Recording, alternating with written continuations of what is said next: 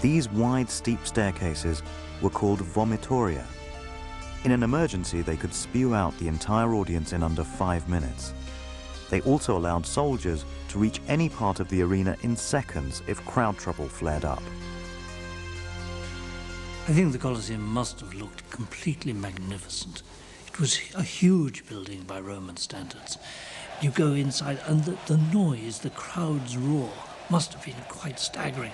For Romans, this was the only place in which you could see so many people gathered together. It must have been a fantastic experience, one which was obligatory for people to go to as often as they could. 6 entrances were reserved for the Roman elite. They led into the arena's most opulent rooms.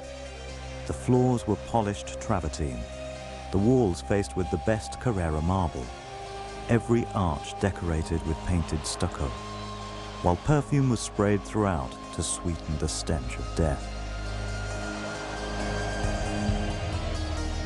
But even in the public areas, the decorations were ornate, with bronze statues of heroes and gods lining the walkways. Drinking fountains were placed throughout to quench the crowd's thirst, the wastewater running along open channels to help cool the walkways.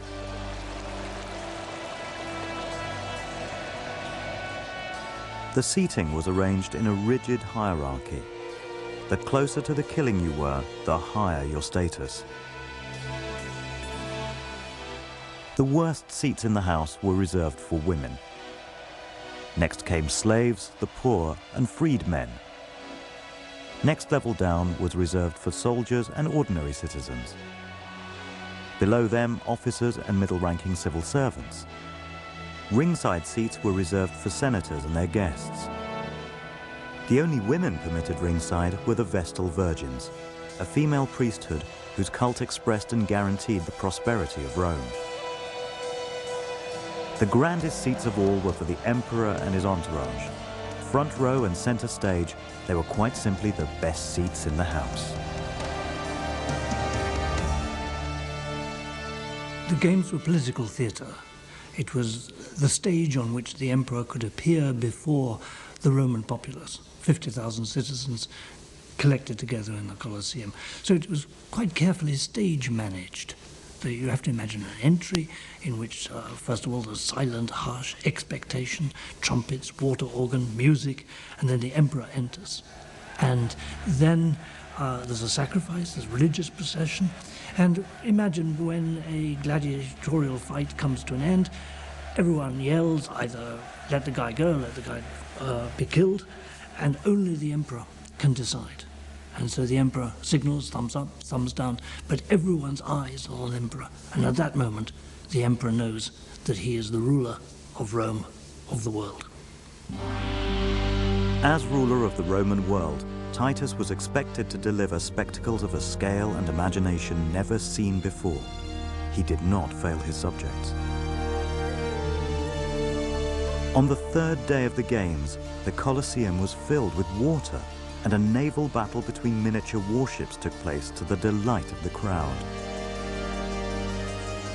How Roman engineers managed this feat has puzzled historians for centuries, so much so that the flooding has been dismissed by many as a myth. But the latest archaeological excavations proved that it was possible to stage naval battles inside the arena.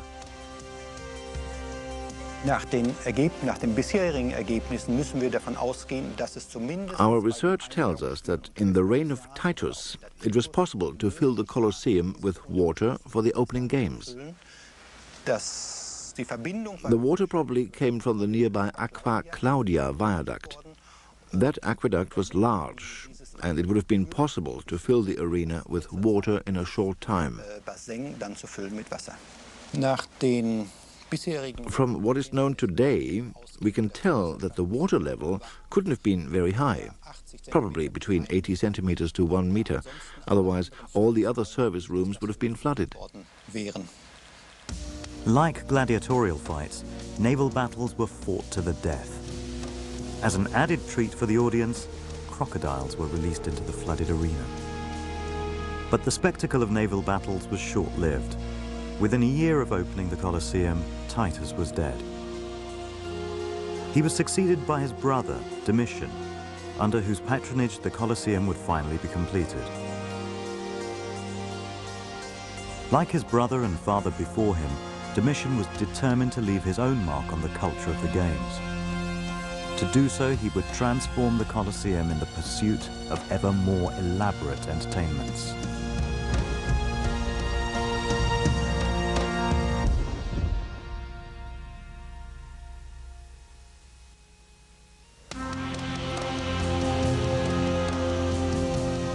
When Domitian came to power in 81 AD, the Colosseum had been open for over 2 years, yet it was still incomplete. Domitian ordered his engineers to dig deep into the substructures of the arena. The flooding mechanisms would be sacrificed. In their place would be built a subterranean complex of lifts, trapdoors, and service corridors. The stage machinery needed to transform the games into special effects spectaculars. When I was first down there, I had read about everything that had gone on.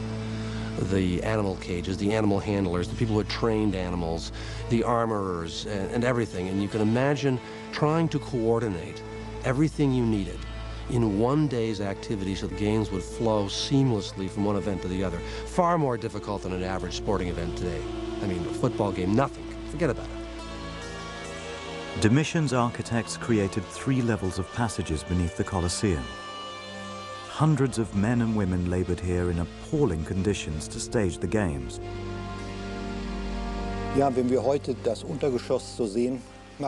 When we look at the substructure today, we can barely imagine how it might have looked here at the time of the games. First of all, we have to assume that there had been a lot of mechanical installations and that all the corridors were crammed with machinery. Further, we have to imagine that it would have been very dark, as the only light sources were either oil lamps or torches. On top of that, you had the noise of the lifts, the roaring of the animals, and of course, the shouting from the arena itself. Choreographing the movement of thousands of animals, gladiators, and tons of stage scenery was a huge challenge. With the emperor's reputation at stake, only a perfect performance was acceptable. The price of failure was terrifyingly high.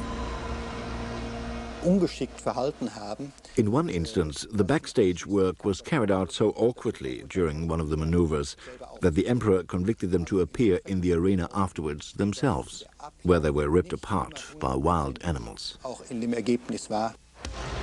At the heart of the Colosseum's special effects were 32 elevators that lifted wild beasts, scenery, and gladiators into the center of the arena.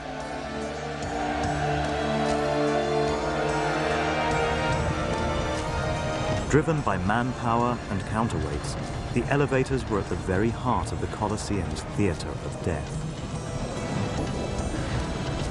256 men were needed to operate the lifting mechanisms.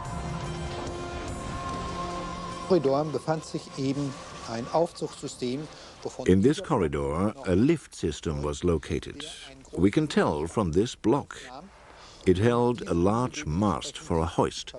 Around the hoist was a system of ropes to lift up the elevators. The channels that guided the elevator to the floor of the Colosseum can be clearly seen.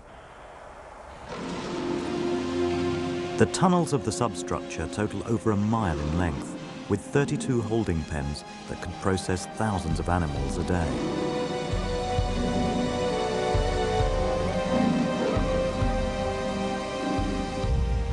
The animals destined for slaughter were driven down tunnels too narrow for them to turn around in. With no escape, they were forced into the open cages. As the door crashed behind them, the animal was hoisted up. Scared, hungry, and confused, the beast would head instinctively for the light, straight into the heart of the Colosseum and certain death.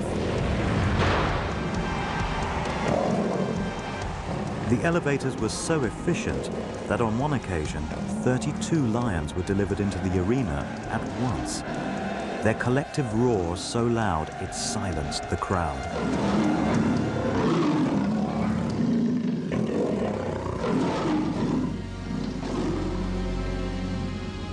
The games had never been more elaborate. But still Domitian was not satisfied. His other great innovation was the installation of the velarium, a giant retractable awning that protected the Roman crowd from the intense heat of summer. The velarium is an engineering masterpiece in its own right. The canopy was suspended over a complex network of rigging, which in turn was anchored by 240 masts that encircle the uppermost tier of the building.